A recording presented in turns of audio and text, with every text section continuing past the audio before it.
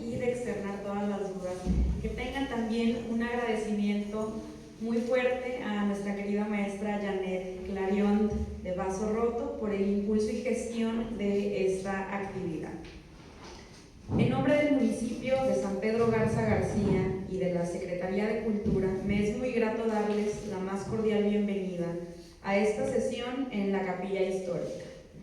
Transmito también un saludo de nuestra Secretaria de Cultura, la licenciada Alejandra Álvarez Cabrera, y agradezco profundamente la presencia de todas y todos ustedes. Quiero dirigir un enorme reconocimiento especial al Consejo Consultivo Ciudadano recién instalado este pasado mes de noviembre de la Secretaría de Cultura, cuyos integrantes nos acompañan esta tarde, así como a Vaso Roto Ediciones, cuya colaboración ha sido fundamental para hacer posible este encuentro. A todas y todos, gracias por su presencia y por sumarse a este espacio de diálogo y reflexión cultural.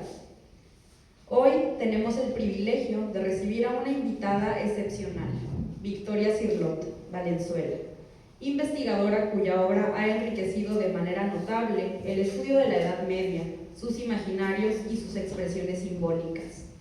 Nacida en Barcelona en 1955, la profesora Cirlot es profesora emérita de la Facultad de Humanidades de la Universidad Pompeu Fabra y una de las voces más reconocidas en el análisis de la cultura caballeresca, la lírica trovadoresca y la mística medieval.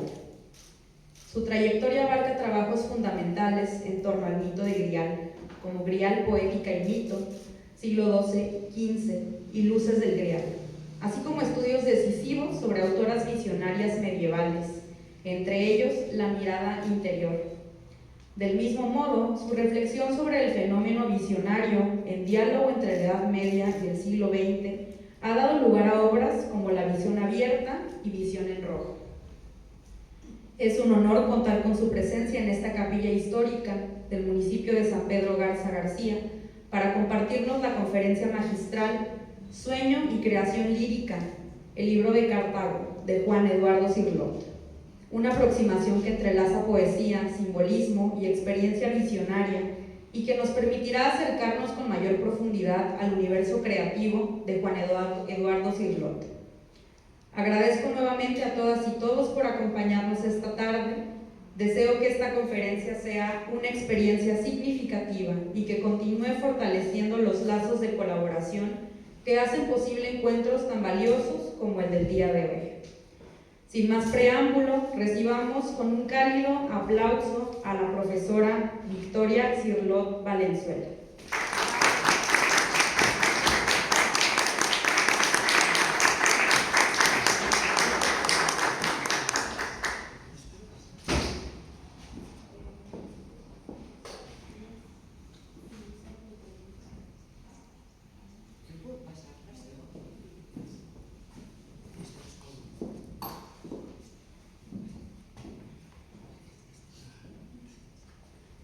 Buenas noches. Para mí es un momento muy emotivo estar aquí hoy con todos ustedes. Ha coincidido la publicación de mi libro, Marginalia, que está aquí colocado, con la publicación de hace ya tiempo, pero que sigue siendo para mí muy presente, sigue estando siempre presente, que fue la publicación del libro de Cartago de mi padre.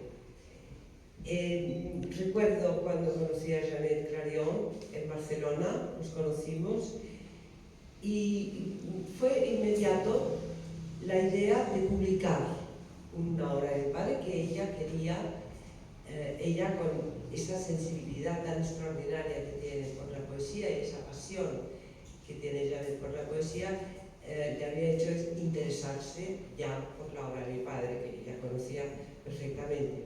Y yo le hablé entonces de un inédito, que en aquel momento pues ya no quedaba casi nada inédito, estaba todo publicado en Siruela. El primer tomo, Bronwyn, fue lo primero que se publicó, 2001, después en La Llama, 2005, editado por Enrique Grané, y finalmente Clara Chanés edita el último, del No Mundo, son 3 tomos así gordos, o sea, la poesía entera, pero había un inédito. Y para mí además ese inédito era muy significativo, porque mi padre tenía la costumbre de destruir todo lo que no publicaba. O sea, en casa no quedaba nada nunca, porque todo lo destruía. Pero el libro de Cartago no.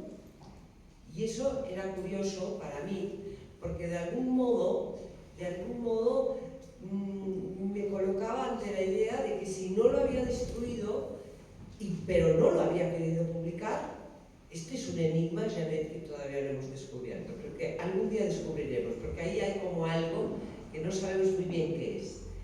No lo quiso publicar, como ahora verán, pero no lo destruyó. Y eso, repito, era muy raro, ¿no? Entonces, bueno, Janet enseguida se sumó con una ilusión tremenda a la publicación de lo que a mí me gustaba. A mí me gustaba mucho que este libro fuera una edición facsímil. Es decir, ¿por qué facsímil?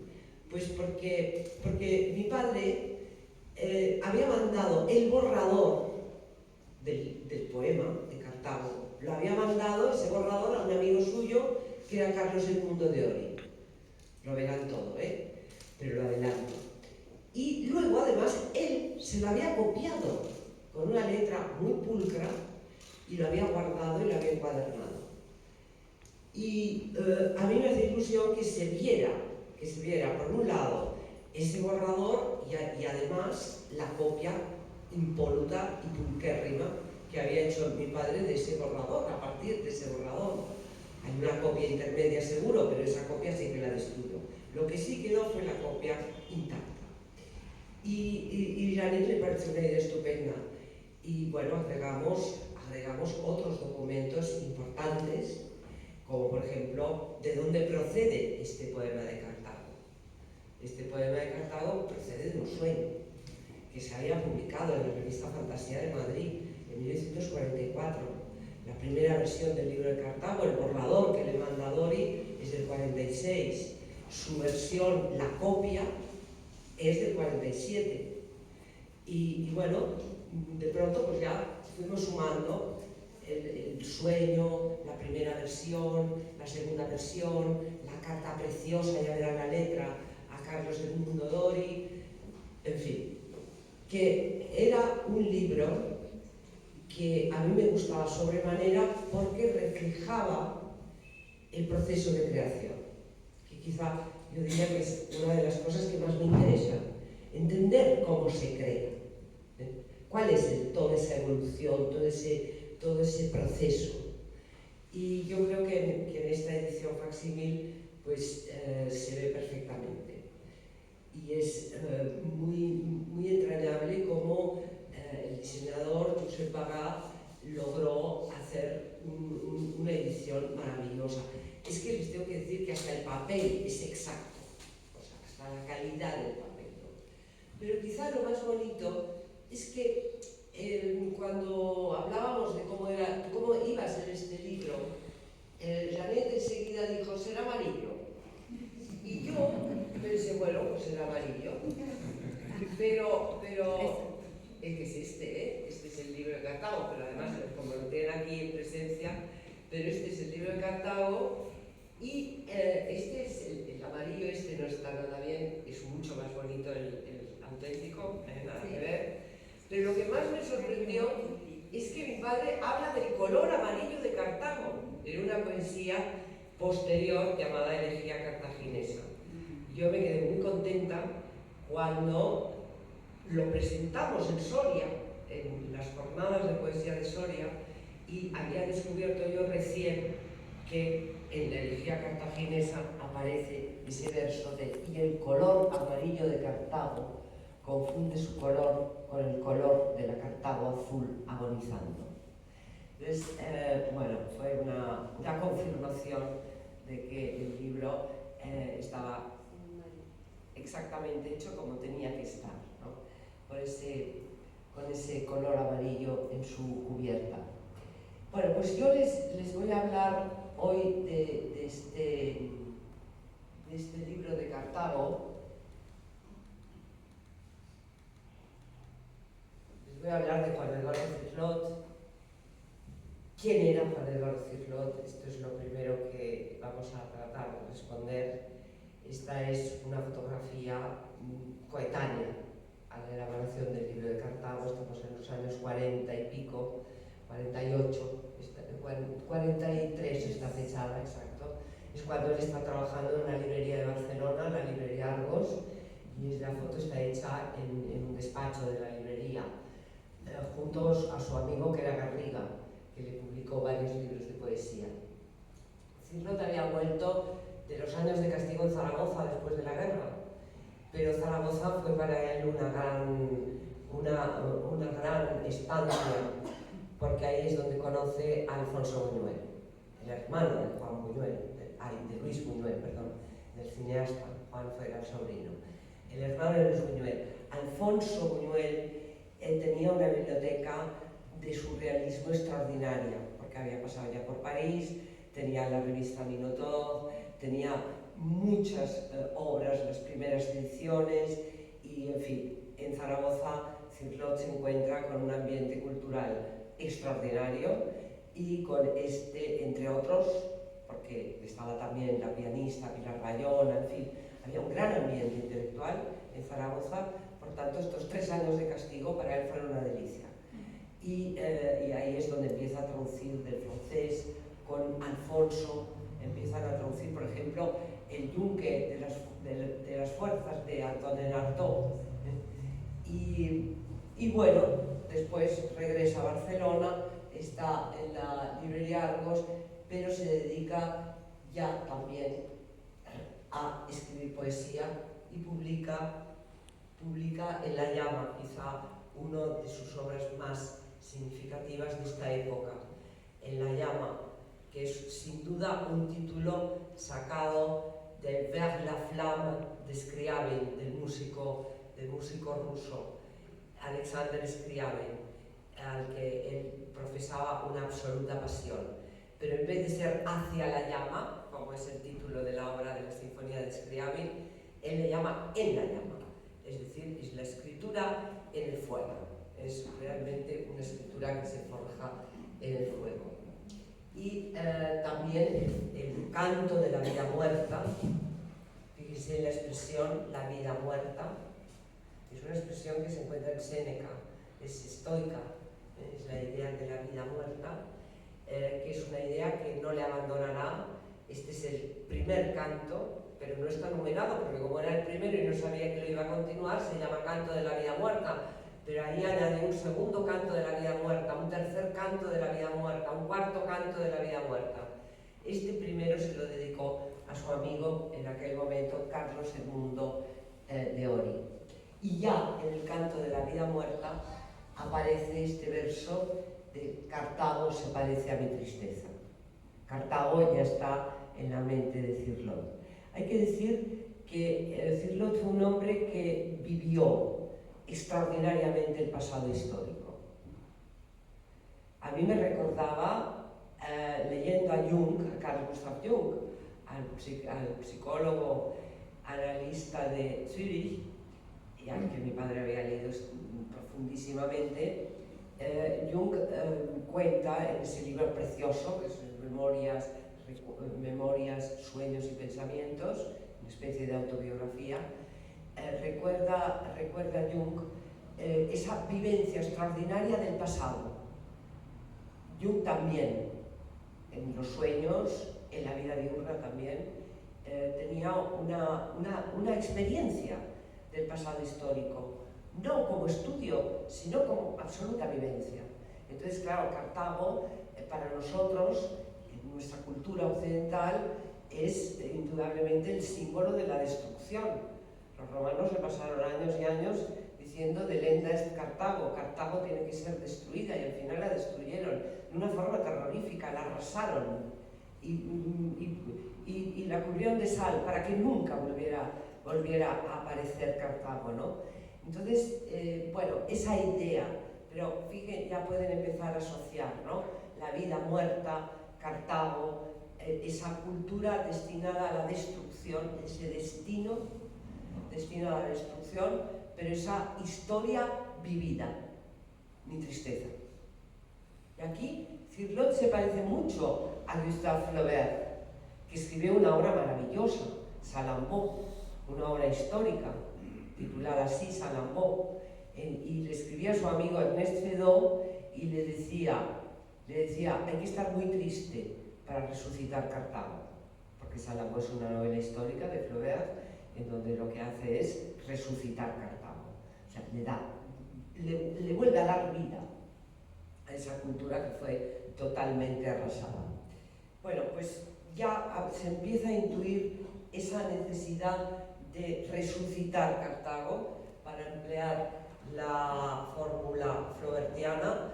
También tenemos Donde las lilas crecen, que fue ilustrado por Olga Sájarov. Yo no sé si en Barcelona ha sido muy famosa Olga Sájarov, vivía en el Puchet. A mi padre le horrorizó las ilustraciones de Olga Sájarov, que eran preciosas, pero a él no le gustaba nada, porque son como muy dulces, muy suaves, colores pasteles, y su poesía es muy contundente y muy dura, y las ilustraciones de la Sájarov, una muy reconocida pintora, no le gustaron nada. Pero en cualquier caso es donde... Y aquí tenemos ya el libro de Cartago. Esta es la primera versión, que es un libro de poemas tal cual, lo tenemos en el libro. Es una maravilla la reproducción. Aquí se ve fatal, y lo siento, porque no tenía otras reproducciones mejores, ¿no? Pero esto era lo que él entendió como la portada. Y fíjense que está hecho en un café, sí, el café de la Rambla, en una época maravillosa en donde los cafés tenían sus papeles para escribir cartas. Como decía Luis Aragón, el surrealista, los cafés eran el síntoma de civilización de una cultura, ¿cierto? Y entonces este está escrito en el café de la Rambla, y esta es la portada que él diseña: Libro de Cartago, diario de una tristeza irrazonable. Eduardo Cirlot lo firma, y en el velero, con esa cruz, Cirlot, la T final como cruz, como Tapies, cuya T inicial da lugar al nombre, pero en forma de cruz. Cirlot firmaba la última T en forma de cruz, y ese velero para colocar la dedicatoria a su amigo Carlos Edmundo de Ori. Y la estrella arriba del título, la estrella de 5 puntas, combinada con un estandarte romano, la media luna, muy cartaginesa, aparecen muchas estelas cartaginesas, y luego la otra estrella de 8 puntas, y la fecha, 26 y 27 de 1946. Y esa fue la portada. Esta es la primera versión, la del 46, que es la que le manda a su amigo Carlos Edmundo. Y ahora verán la segunda versión, que es esta, que es esa que él se copió. Claro, si él le mandó a Carlos Edmundo la versión del 46, no hay duda de que él se quedó otro borrador, o reescribió otro borrador, o se acordaba. Ese no se ha conservado. Se ha conservado la copia del borrador. Y esta es la copia que fue ilustrada por Julián Gallego, y es del 47, y aquí nos encontramos, o nos vamos a encontrar con una letra muy cuidada. Este es el borrador, la primera versión, que como ven tiene todo el aspecto de un borrador, tachaduras, correcciones, está escrito en lápiz. Y fíjense qué contraste con respecto a esa página de la copia, la versión del 47, en donde incluso se permite construir una forma con las letras y concluir en la palabra alma, en esa especie de cono invertido que crean. Dama del horizonte. En esta segunda versión hay que decir que no solamente lo que hace es hacer una versión pulcra y pulida, sino que lo que hace también es repensar la estructura del poema, añadirle un prólogo, este inicio, Dama del horizonte. Cuando la noche planta sus negros manzanos en mi rostro, cuando caen de mis manos los vasos destruidos y las campanas infinitas golpean en mi corazón, es un nombre lejano el que pronuncio. La Dama del horizonte, todo esto es añadido a la primera versión, y luego hará también un epílogo. Es decir, que de algún modo esa primera versión a él le pareció inacabada, y volvió a trabajar sobre el poema en 1947. Bueno, y esta es la carta a Carlos Edmundo, que es una carta muy bonita, escrito también desde otro café, desde un café pero otro, ahora es el suizo. Y ahí arriba, Carlos Edmundo Dori, 22 del 2 del 47, y es en esta carta donde le dice que por eso eres un pastor, como probablemente jamás nunca publicaría mi Liber Cartaginensis, te lo mando. Jamás publicaría. Aquí es donde lo dice, ¿no? ¿Y por qué no lo quería publicar? Pues no lo sabemos. Y entonces, como no lo voy a publicar, te lo mando a ti. Entonces, ese es un regalo como absoluto, ¿no? Porque está claramente dedicado y dirigido a Carlos Edmundo. Y abajo la firma, entre alfa y omega, Eduardo. Esta es una época en que él duda entre ese nombre doble, Juan Eduardo, y no sabe muy bien, lo dicen algunos textos, si es Juan o si es Eduardo. Y hay veces que firme, es en esta época, luego no, ya se acabó y es Juan Eduardo. Pero en esta época hay una indecisión, de tal modo que todavía hay personas que le llaman Eduardo Cirlot, porque en algunas ocasiones firmaba solo Eduardo. Bueno, le habla de Cartago y de Carlyle porque es lo que le gustaba a Carlos Edmundo, simplemente por fonetismo, y con esta carta es con la que le mandó el poema. También un facsímil en la edición. Me gusta, sobre todo, se la enseño porque me gusta que en vez de poner Barcelona debajo del café suizo que está en la Rambla del centro, en la Plaza Real, en vez de poner Barcelona, pone Patmos. Es decir, Patmos, él está escribiendo desde la isla de Patmos, ahí donde el evangelista, pero porque esto en la Edad Media sí que lo identificaban, nosotros ya no, Juan de Patmos, el del Apocalipsis, donde escribe el Apocalipsis, y es en la isla donde recibe la visión, todas las visiones que configuran el Apocalipsis. De algún modo, él se identifica con el visionario Juan de Patmos y con ese sentido apocalíptico, lo cual tengo que decirles que es muy surreal, porque André Breton, en la pintura surrealista del año 28, que Cirlot indudablemente había leído, decía que en el Apocalipsis está todo, para comentar una obra de René Magritte. ¿Y por qué decía esto? Pues porque antes ha dicho que la pintura surgirá de un modelo interior o no será. Y ese modelo interior tiene naturalmente mucho que ver con el ojo interior y con la visión.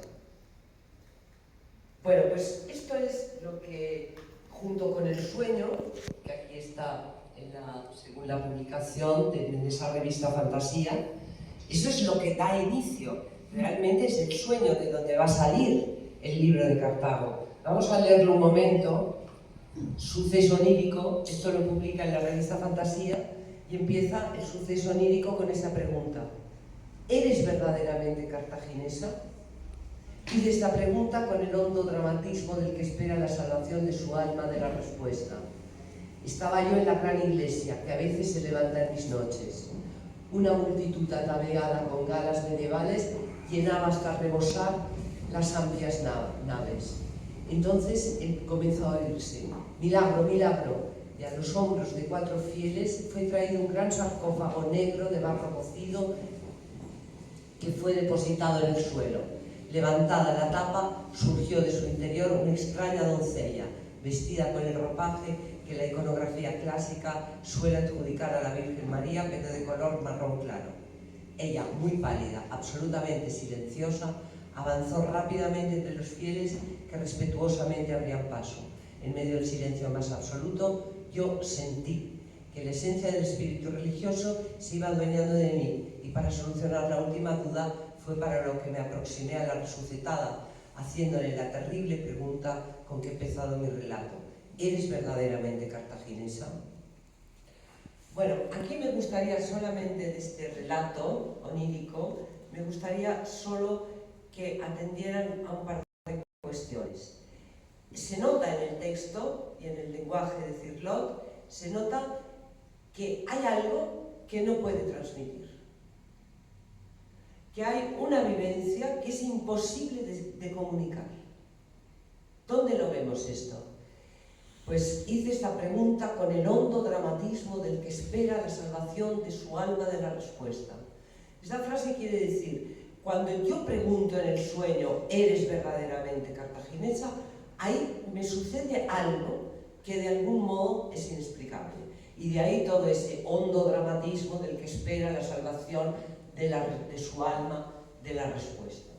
Es decir, es una pregunta que le produce tanta intensa emoción. Todos lo sabemos, todos hemos soñado. Esto todos, es una experiencia que hemos tenido todos. Y todos sabemos que en el sueño a veces el sentimiento es de tal envergadura que no se parece en nada al sentimiento de la vida de vigilia. Y es un poco lo que yo noto en este fragmento, ¿no? Como ese sentir, ese sentir, ese sentimiento que de algún modo no se puede comprender por qué sucede, pero sin embargo está ahí, ese sentimiento tan poderoso. Yo creo que este es el impulso de la escritura poética, claro. Necesitamos otro lenguaje que pueda dar cuenta de esa vivencia onírica tan extraordinaria. Y de ahí el poema, claro. De ahí el libro de Cartago. Bueno, esto sería un poco la presentación. Ahora me gustaría introducirles en el mundo en el que vivía este poeta que se dedica a escribir el libro de Cartago en esos bares de Barcelona. Ese libro que empieza con ese prólogo. Ahora nos vamos a acercar a la escritura poética, y luego vamos a ver el ambiente en donde nace el libro. Pero en el prólogo, desde el día de límite y lamento en que escribo mi voz sobre la nada, desde el día en que escribo mi mirada usando de mi amor como elemento. Desde el día de límite y lamento, estamos con la literación que tanto a Cirlot le obsesionará, ¿no? En que escribo mi voz sobre la nada. Ya nos acercamos a Cartago, la nada. Desde el día en que escribo mi mirada, eso que he visto. Porque en el sueño en realidad se oyen palabras, indudablemente él formula esa pregunta en el sueño, ¿eres verdaderamente cartaginesa? Pero el sueño es profundamente sinestésico, y por sinestésico me refiero a esa mezcla tan intensa de los sentidos, se oye, se ve al mismo tiempo. Eso sucede también en la experiencia mística, la sinestesia, la conjunción, la combinación, la unión de los sentidos. Entonces escribo mi mirada pasa a ser poema, usando de mi amor como elemento. Bueno, estos solo son algunos fragmentos, esa dama del horizonte, ese prólogo y esa dama del horizonte que añade a la primera versión, esta ya la hemos leído, y cómo introduce la pregunta en el poema, ¿eres verdaderamente cartaginesa? Se oye el ruido del mar, porque estoy en una habitación de alquiler, en el extremo literal de una ciudad que no conozco. La mujer distinta que siempre me acoge en sus brazos moribundos nada dice. Siento junto a mis pies los pies de ella, y por una estrecha ventana puedo contemplar el cielo de un anochecer más, cuya luz azul tiñe los miembros de mi desnuda compañera. Esta es la situación del poeta, en una habitación. Esta es la situación del yo lírico, para decirlo rápidamente, en una habitación con una mujer, junto al mar, el ruido del mar. En el libro de Cartago, que ahora está construido en 7 partes, vamos a asistir a una también combinación muy persistente entre ese presente del yo lírico en la habitación con la mujer desnuda y Cartago, el Cartago histórico, el que hace referencia también por el mito. Por ejemplo, ya en la segunda parte, después del incendio se procedió al desmoronamiento absoluto de los restos de la desgraciada ciudad. Siguieron sus cimientos con enormes arados de bronce y lo regaron con sal. A nadie fue permitido, bajo pena de terribles castigos y de maleficios innumerables, residir en el recinto muerto. En los 4 puntos cardinales se pusieron, perdón por la rata, estandartes negros. Sí, soy verdaderamente cartaginesa. Y aquí encontramos la respuesta, que en el sueño no está, pero es en el poema sí. En el tercer libro, pasan las horas junto al cuerpo desnudo. Ven cómo va alternando ese presente y ese pasado histórico. El cuarto, oh Baal, la religión, el Dios, oh Padre de las viviendas altísimas, ven a esta casa roja, ven a este pecho central, asaltado por las horas, por los cielos verdísimos y los fallecimientos de todo lo inefable. ¿Eres verdaderamente cartaginesa? Esa pregunta que se va repitiendo insistentemente a lo largo de todo el poema es el que construye la unidad del poema, porque de algún modo esa pregunta es la que se siente con mayor intensidad. ¿Eres verdaderamente cartaginesa? Y ahora el presente, estoy sobre un cuerpo desnudo, la mujer distinta que siempre me acoge entre sus brazos, nada dice. Estoy tan cerca de sus lívidos montones que casi no la veo. Intento, en medio de la oscuridad, reconocer alguno de los rasgos de su forma derrumbada. Como una hiedra negra, su cabellera se esparce en torno mío y yo acaricio en mi boca el nacimiento de su pelo.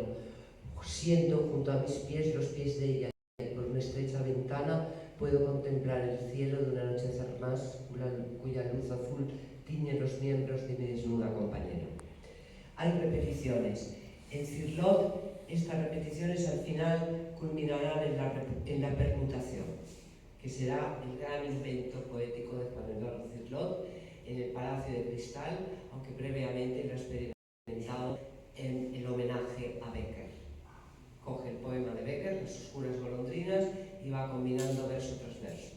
Y él dijo en el prólogo al Palacio de Plata, lo dijo claramente en el prólogo, que eso era análogo a lo que hizo Arnold Schoenberg con el dodecafonismo y a la permutación de un Abraham Abulafia. Ya Scholem había publicado su estudio sobre Abulafia, y Cirlot ya lo conocía. Aquí son repeticiones que todavía de modo alguno llegan a la permutación, pero en cualquier caso el valor de la repetición ya está augurando la permutación. En el sexto libro, después del incendio, se procedió al desmoronamiento absoluto de los restos de la desgraciada ciudad. La ciudad siempre será la desgraciada ciudad. Y de nuevo, esa insistencia de la sal, ¿no? Arrasado. La pregunta, ¿eres verdaderamente cartaginesa?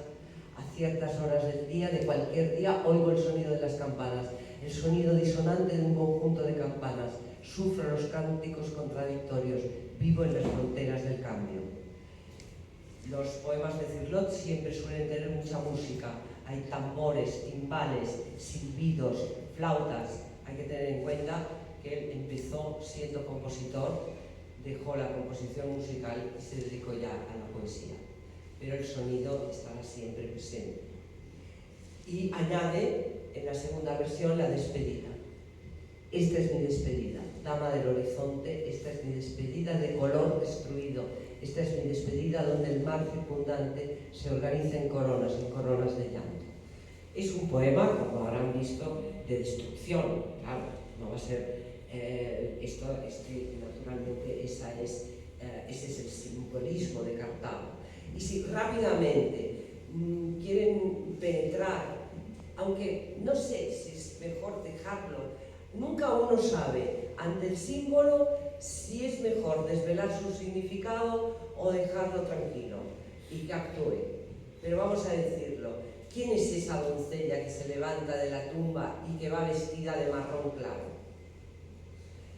Desde una perspectiva junguiana, indudablemente es el ánima, en la terminología de Jung, ¿no? Y ese color marrón oscuro es duro, porque fíjese que él dice que lleva una vestimenta como según la iconografía clásica de la Virgen, pero no es azul, que es la vestimenta de la Virgen. El color azul, sino que es marrón, o sea, la tierra. Hay una imagen del ánima todavía como algo profundamente apegado a la tierra. Pero bueno, dejémonos de interpretaciones y vamos ahora ya a este tercer momento de esta breve charla en donde me gustará mostrarles esos espacios por los que transita el libro de Cartago. Esta es una fotografía de un fotógrafo Valles y Enrique Granello que probablemente la diseñó Cirlot mismo siguiendo el canon del autorretrato de Dürer, el rostro, en la simetría perfecta. Pero, como les digo, vamos a situar de nuevo el poema, que sin duda en el poema hay una gran valoración del suceso onírico, el sueño. Cirlot publicará los 80 sueños como un librito, y también fueron integrados muchos en la revista Dauerset, de la que es colaborador constante, formó parte del grupo, un grupo catalán de pintores y poetas, Brossa, Cirlot, Arnau Puig, y los pintores Tàpies, Cuixart, Tarrats y Joan Pons. Este era el grupo de Dauerset, que hacía una revista y que realmente era una revista influida por el surrealismo. Y naturalmente esa valoración extrema del sueño tiene que ver con el surrealismo. Porque este libro se publica en el año 1951, en el 49 ha publicado una monografía sobre Joan Miró. Recuerdo a Miró cuando murió mi padre, cómo vino Miró y nos firmó un libro maravilloso con su M, en una mano temblorosa, y cuando cogió el lápiz para hacer la M se había acabado el temblor. Y recuerdo que él había donado un cuadro para mi madre y dijo: recuerdo que este libro fue la primera monografía que apareció en España sobre mi obra. Escribió Cirlot, la monografía sobre Miró. Y también un libro como Ferias de Atracciones, la próxima publicación de Vaso Roto, en edición de Enrique Granell, en donde en esta publicación volvemos a unir lo que escribió Cirlot sobre Gaudí, que no fue solo este libro, aunque probablemente este es el más importante, pero luego en los años 60 hace otro, y luego además artículos, y además un poema sobre Gaudí, y este libro, en edición de Enrique Granell, lo recogerá todo. Solamente quería poner esa foto, que la encontramos de pronto, fue un azar absoluto, porque mi padre nació en La Pedrera, y aquí está en una terraza de la Pedrera, con muy pocos años, 3 añitos debía tener, y luego que era la casa de sus abuelos, recién estrenada, claro, La Pedrera, y a donde fue su madre a vivir cuando se casó y tuvo a su hijo, y después marcharon de La Pedrera. Pero quizá la pasión gaudiniana le vino por habitar en el balcón de la famosa casa Milá del Paseo de Gracia. Bueno, con este libro, ¿no? el Miró, ya vemos a un poeta que necesita de las imágenes, que necesita comentar, interpretar la pintura que se está haciendo. Miró, y sobre todo el informalismo. Tàpies será el gran defensor de la pintura de Tàpies en Barcelona en los años 50 y pico, que es cuando sale el informalismo de Tàpies, y le dedica este libro que lo publicó Seixas i Barral en el año 62. Como decía Kandinsky, tenía razón, solo un poeta puede ser crítico de arte, porque solo un poeta puede comprender lo que significa ese proceso de creación. De tal modo que este Cirlot de los años 40 y 50 es un poeta, pero también es un crítico de arte y se interesa por cuestiones un tanto raras, como por ejemplo las ferias de atracciones.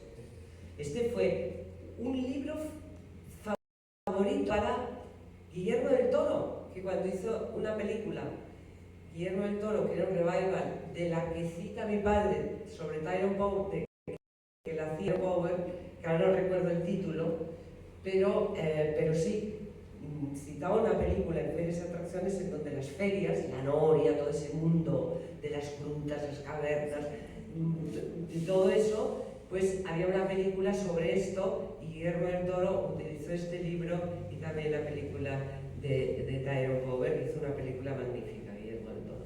Bueno, pues estamos entonces ante un hombre muy interesado por esto, ¿no? por las imágenes, por espacios extraños, por la poesía.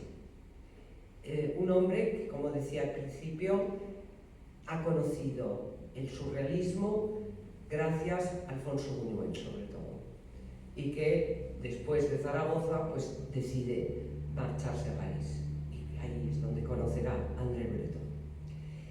Solo una semana después de volver de París, Cirlot escribe esta carta de París que publica en Índice y cuenta en ella pues todo el ambiente parisino y cómo en el café de la Place Blanche encuentra al jefe del grupo surrealista en compañía de su bella esposa, Elisa. Están algo tristes los surrealistas, ahora que debían recoger los frutos de su gesta, otro grupo, el existencialista, se les ha superpuesto en la pública estima. Es lógico, ser surrealista no está al alcance de todos, se precisa de determinadas condiciones mentales. Por el contrario, el existencialismo vulgar requiere solamente una superficial declaración de ateísmo, despeinarse, usar pantalones y ser chica y poner cara trágica en todos los casos. Los surrealistas ahora claman por la moral humana, van a jugar la carta del idealismo. Breton desprecia a Neruda y venera a Hölderlin. Se ha dado cuenta de la real admiración que su poesía me causa. Tiene un aspecto noble, severo y sin embargo suave. En la puerta de su casa hay un letrero que impide el paso a los advenedizos. A pesar de ello, Breton recibe bien a los amigos de su obra y de su arte. Es un fragmento de ese artículo en realidad que se publicó en Índice, dando cuenta de lo que había sido su viaje a París. Es muy bonito porque es muy reciente y se nota que acaba de llegar, ¿no? Acaba de llegar de París. Y esta también es una carta, esta sí que era realmente una carta que le publica Breton en Le Surréalisme Même. Es la revista que funda Breton en el 56 y que, bueno, mi padre le había escrito una carta a André Breton, pero André Breton cogió y publicó la carta. Y este es el final de la carta en donde él habla de, bueno, qué pasa con el surrealismo en España, ¿no? La carta empieza hablándole de un sueño, es una carta maravillosa, y hablándole de que está escribiendo una suma simbólica, o sea, ya le está anunciando el diccionario de símbolos, claro, es del 56. Pero este es un pasaje muy bonito porque dice que debo decirle que en España el surrealismo es nada, secreto detestado, movimiento encerrado en el silencio, con las llaves de la total indiferencia.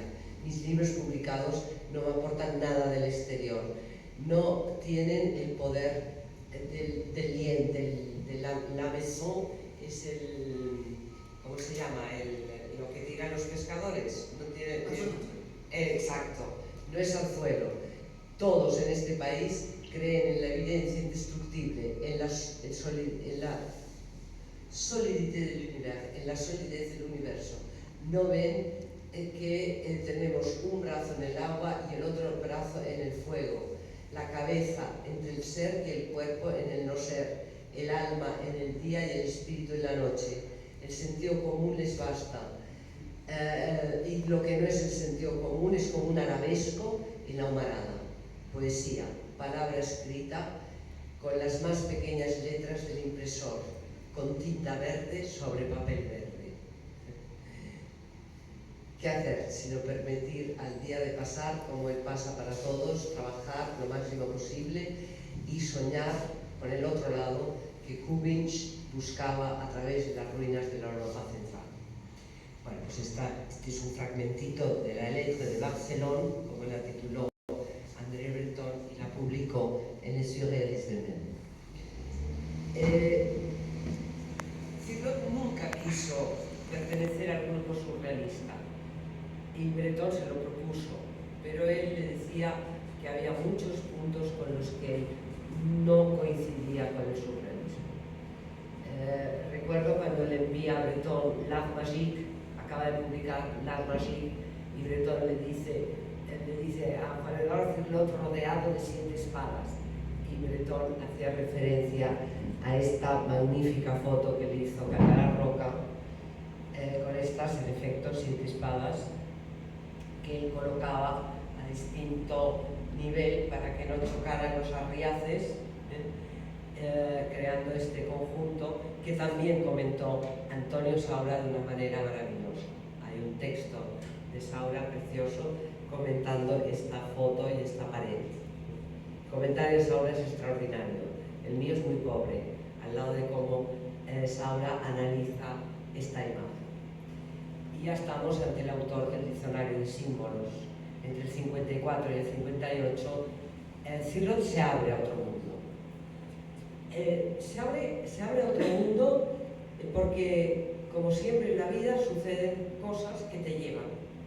Conoció a Marius Schneider, que era un gran simbólogo, era etnólogo, musicólogo, había hecho trabajo de campo en África, y resulta que este señor había sido invitado por un musicólogo muy importante de Barcelona, que era Higini Anglès, y estaba en Barcelona. Y acaba de publicar Schneider un libro titulado El origen musical de los animales símbolos. Mi padre le dedicó un artículo en La Vanguardia, homenaje a un gran maestro, en donde Schneider aparecía claramente como el que le había iniciado en la simbología. Y contaba que con Schneider había paseado con mucha frecuencia por un barrio barcelonés que es el barrio de la Bonanova, la Barcelona Alta, debajo del Tibidabo. Y es en los paseos con Schneider donde había aprendido muchísimo. Curiosamente, Émile Zola también escribió mucho acerca de Schneider. Y en Uscite dal Mondo, Zola proporcionó una imagen espléndida de Schneider que a mí me resultó fundamental para completar esos escasos datos que él daba en este artículo en la Vanguardia. Porque decía Zola, indudablemente el origen musical de los animales símbolo es el libro iniciático por excelencia del siglo XX, pero no es nada comparado con las enseñanzas orales de Schneider.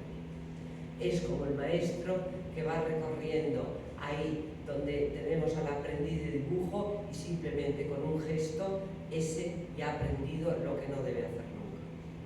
Entonces, en efecto, de Schneider aprendió mucho. Pero como él siempre dijo, mi pasión por los símbolos me procede de mi vida onírica, de mi pasión por las imágenes y de mi creación poética. Y es que es cierto que tanto Breton como Cirlot pensaban que la analogía era el fundamento de civilizaciones del pasado. Y en eso compartían la misma idea con Octavio Paz. O sea, hay culturas, Schneider dirá, primitivas y arcaicas, cuya episteme, cuyo conocimiento del mundo se fundamenta en la analogía. Eso está perdido para siempre, pero quedan ruinas, vestigios. Y es muy bonito porque Breton habla de eso en signo ascendente, que es un texto breve que está en la Clé de Champs, justamente, en la llave de los campos, haciendo alusión a la Clé, a la famosa revista trotskista, ¿no?, que se publica en México y en París. Y Breton, en signo ascendente, habla de la analogía, pero sobre todo lo que es muy importante es cómo Breton entiende que la analogía es el modo de pensamiento propio de las culturas antiguas y arcaicas. Como lo pensará Octavio Paz, son los mitos antiguos. La mariposa de obsidiana es un revivir, que lo publica en el almanaque surrealista, Paz, ¿no?, pero es un revivir. Y a mí me fascina esa idea de que en realidad la poesía contemporánea no es sino el vestigio de las antiguas culturas, es lo que queda, ¿no? Es un poco la ruina. No se trata de reconstruir, porque nunca reconstruiremos lo que ya no existe, pero queda como ruina, hay ahí un vestigio, y eso es lo que da sentido y contenido al conocimiento analógico, o metafórico, si quiere, o a las asociaciones. A mí me parece que está todo un poco en la misma línea. Cirlot es el que se va a meter de lleno en este mundo, porque para eso escribe ese diccionario de símbolos tradicionales. Y ya se mete en un mundo interdisciplinar absolutamente, la historia de las religiones, la simbología tradicional de un René Guénon, de un Ananda Coomaraswamy, de Mary Schneider o de un Henri Corbin, la psicología analítica de Carl Gustav Jung, la historia de las religiones de Mircea Eliade, en fin, a partir de toda esta bibliografía es como se va construyendo el diccionario de símbolos, que sin duda también remite necesariamente a una vivencia simbólica, a la experiencia simbólica. Esta es la primera edición del diccionario de símbolos del 58, pero quiero decir que el diccionario siempre fue una obra abierta, es decir, que él fue completándolo, añadiendo voces y voces y voces. Y el más completo es el del 97 que publicó Siruela, en donde yo integré todas aquellas nuevas voces que él había incorporado en la edición americana del 71 de la Philosophical Library y que en la de Labor del 69 no están recogidas, voces como por ejemplo todas las referidas al simbolismo fonético. Hay 30 ediciones en Siruela del diccionario de símbolos. Se lo digo porque del diccionario de símbolos tradicionales no se vendió ninguno. Nadie sabía en España lo que significaba símbolo. La palabra misma ni se entendía. Es así. Y el diccionario de símbolos se tradujo en el 62 ya en Inglaterra, pero ahora ha habido una reedición muy reciente en 2020 por New Book Review y también la de Adelphi. Roberto Calasso, al que conocí justo antes de morir, quiso publicar finalmente el diccionario de Symboli y a mí me hizo una inmensa ilusión introducir en la maravillosa colección de Adelphi el diccionario de símbolos. Roberto Calasso también era un profundo admirador de Marius Schneider, al que conocían, porque Zola y Cristina Campo invitaban a Schneider a Roma y en su revista Conoscenza Religiosa introdujeron las conferencias de Schneider en Roma. Bueno, hasta aquí lo que ha sido Cirlot justo después del libro de Cartago. Bueno, me da una pena horrible porque me acabo de dar cuenta que esta es una versión anterior al PowerPoint que tengo en estos momentos en mi mochila. Y me gustaría que lo podemos utilizar. Claro, yo siempre mando los PowerPoints para ver si funcionan. Y luego, como voy rehaciendo las cosas, voy metiendo más y más y más. Y las primeras versiones quedan obsoletas. ¿Podríamos, por favor, poner este PowerPoint? Es que hay imágenes bonitas que me gustaría pasarles. Porque ahora ya nos vamos a cómo sobrevive Cartago en la obra lírica de Cirlot. Pero antes de esa supervivencia de Cartago en la obra lírica de Cirlot, me gustaría pasar rápidamente ese mundo que les iba anunciando y no íbamos viendo en ningún momento. Es decir, la Barcelona en donde se gesta el libro de Cartago, esos bares, esos cafés. Monterrey, ponen presentaciones Monterrey. Y ya aquí me he olvidado que tenía una versión ampliada, lo siento, disculpen, pero después de la FIL y Guadalajara uno ya está que no sabe muy bien dónde se encuentra. Olvidé que este no era la versión definitiva, sino una anterior. Muchas gracias, Vamos a ver esto. Esto ya lo hemos visto, pero aquí tenemos la Plaza Real de Barcelona. Es cuando vuelve Cirlot de Zaragoza, la Plaza Real es el lugar, ¿no?, donde se va a reunir con los poetas, con Julio Garcés y Manuel Segalá. Y es en la Taberna de los Leones donde harán poemas colectivos, firmados por todos, además. Es el único periodo en que Cirlot está en un grupo. Él le costaba realmente mucho, pero en esa época sí, ¿no? Una plaza real nocturna que Cirlot no debió vivir mucho porque era muy poco nocturno. Y esta es la tienda de taxidermista de la Plaza Real, que era una auténtica maravilla, de donde solíamos ir los domingos. Yo tenía mis cajas de mariposas y también de minerales. La Rambla, vista desde el puerto, y aquí es donde ya vamos a ver la carta de Charras es muy bonita, ¿no? Sentía que todo era una niebla de ceniza en torno mío. Esta es la impresión de Barcelona. ¡Qué belleza, Victoria! La ciudad de la ceniza le llamaba Barcelona, en esa época muy triste, ¿no? En esa ciudad de la posguerra. Y bueno, que yo mismo me descomponía en imágenes.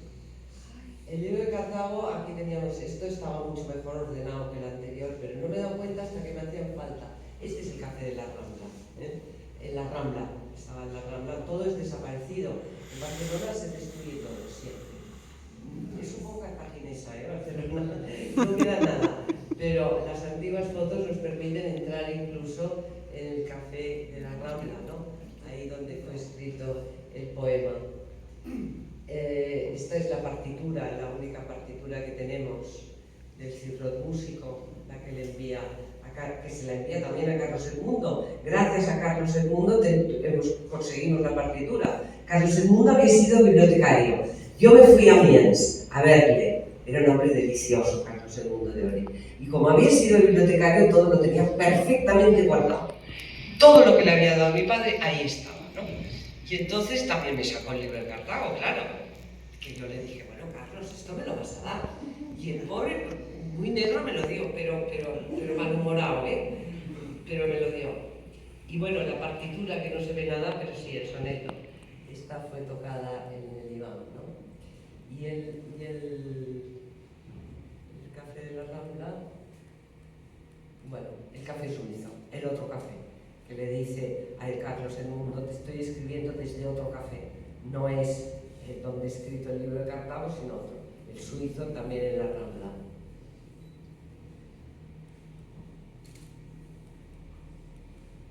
Y esto también lo hemos leído, nos hemos aproximado algo al poema a partir de todo fragmentos, y esto después del libro de Cartago. Esta es la portada que le gustaría tener a Enrique para el libro En vaso roto, porque esta es la foto de Gomis que publica mi padre, pero Bruno David la cogió después, que lo copió, y a Enrique le gusta mucho estas cosas, se lo copió David a Cirlot y la puso en su libro, sin citarlo, en su libro sobre Gaudí, que publicó en Italia. Y aquí lo que hacía Enrique es restaurar el dueño de la imagen. Bueno, supervivencia de Cartago. Entonces ahora sí, ¿no? Siento que han sido dos versiones de PowerPoint, una más reducida y una un poco más amplia, ¿no? Como las dos versiones del libro de Cartago. Y esta es la supervivencia de Cartago, porque la verdad es que Cartago no la abandona nunca. Es como si Cirlot tuviera en Cirlot dos etapas, ¿no? Muy claras. Del 43 al 58, silencio poético. Y el 60 recupera la voz poética con Blanco, pero la cosa se desencadena en el 66 a raíz de la visión del Señor de la Guerra, de Franklin Schaffner, donde Cirlot se encuentra con su propio mito, en realidad es la cartaginesa de nuevo, en fin, volvemos otra vez. Y es que en realidad en esta segunda etapa, que sería en realidad del 66 hasta el 73, fecha de su muerte, esta es la segunda etapa, lo que tiene lugar es una reescritura, yo creo que muy mejorada, muy extraordinaria. Y claro, Cartago, volvemos otra vez a Cartago, ¿no? Cartago sobrevive, aunque a él le gusta siempre en el libro de Cartago aparece esa idea que a mí me fascina, ¿no?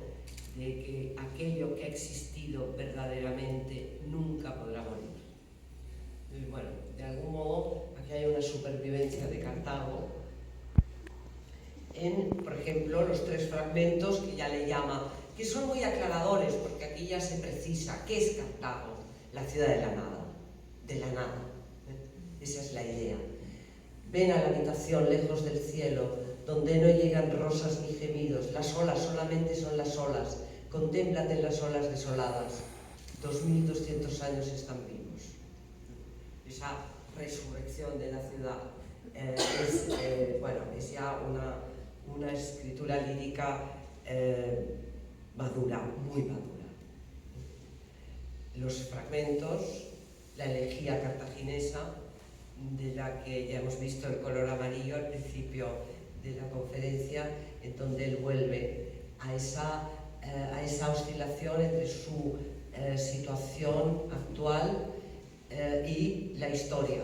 No tomas una copa, me repiten, pero entonces descubro en la pared, tras la cabeza aquella sin edad, un relieve de plata con un águila, y mi brazo se eleva en el ritual saludo acostumbrado. Noto un peso. Voy vestido de hierro, me doy cuenta. Fui de los destructores de Cartago, y es inútil que mienta o que me finja esclavo, fugitivo o moribundo, blanco montón de huesos entre huesos. Esta ambigüedad en Cirlot será persistente, no la abandonará nunca. Siempre duda si era romano o cartaginés, es decir, si era de los aniquiladores o el aniquilado. Y esto en distintos momentos históricos, por ejemplo también en el siglo XIII, XII, donde no sabe, en un poema como Blanco, surgido de una vivencia en la ciudad de Carcassonne muy intensa y que él analiza simbólicamente en un artículo, no sabe si es del ejército del rey santo, Luis el católico, el papista, o si es un hereje, un cátaro, que va a arder en la hoguera. Y esto es una situación existencial constante en Cirlot, que responde naturalmente a una situación interior, no cabe duda, ¿no? Y esto culmina, yo diría que el libro de Cartago culmina en ese libro de poemas, quizá a mi modo de ver el mejor, de Corredor Cirlot, que es Donde nada lo nunca ni, donde eso que hemos llamado ese límite del lenguaje que hemos encontrado en el relato del suceso onírico, aquí se vive de otra forma, y ese límite del lenguaje cristaliza en esa distorsión sintáctica que conduce a un verso como ese, donde nada lo nunca ni, octosílabo, marcado el ritmo perfectamente, con las aliteraciones vocálicas de la A y acabado en la aguda ni, adquiriendo ese ni un valor absoluto que está al final del verso, donde nada lo nunca ni. Me gustaría terminar esta conferencia leyendo un fragmento, muy corto, de ese Donde nada lo nunca ni, el prólogo. Magia del corazón en que la magia mezcla los alfabetos y cabellos, los desiertos cabellos y las letras grabadas en las losas temblorosas. Oculto sacramento, mis tus ojos, lanzada de los labios al azul, el enhelado blanco del triángulo bajo la frente eterna de la frente. Olas como sonidos de las olas, bajo las verdes hierbas de las hierbas, que de mi voz se elevan en mi voz, sueño de unas materias desunidas. cuerpo de claridad como tu cuerpo, ceñido por los ángeles de un bosque, de los ángeles que llevan un fulgor bajo las nubes grises de lo gris. Bronwyn desconocido cisnes hablo, armadura candente no yalucho, mío temblor de toda contención, nunca donde lo nada solo ni. Aquí ya no hay surrealismo, aquí estamos ante unos versos que confirman la creación de un lenguaje lírico propio. El libro de Cartago, en ese sentido, es el nacimiento del poeta, y esto es su absoluta y perfecta consolidación. Muchas gracias.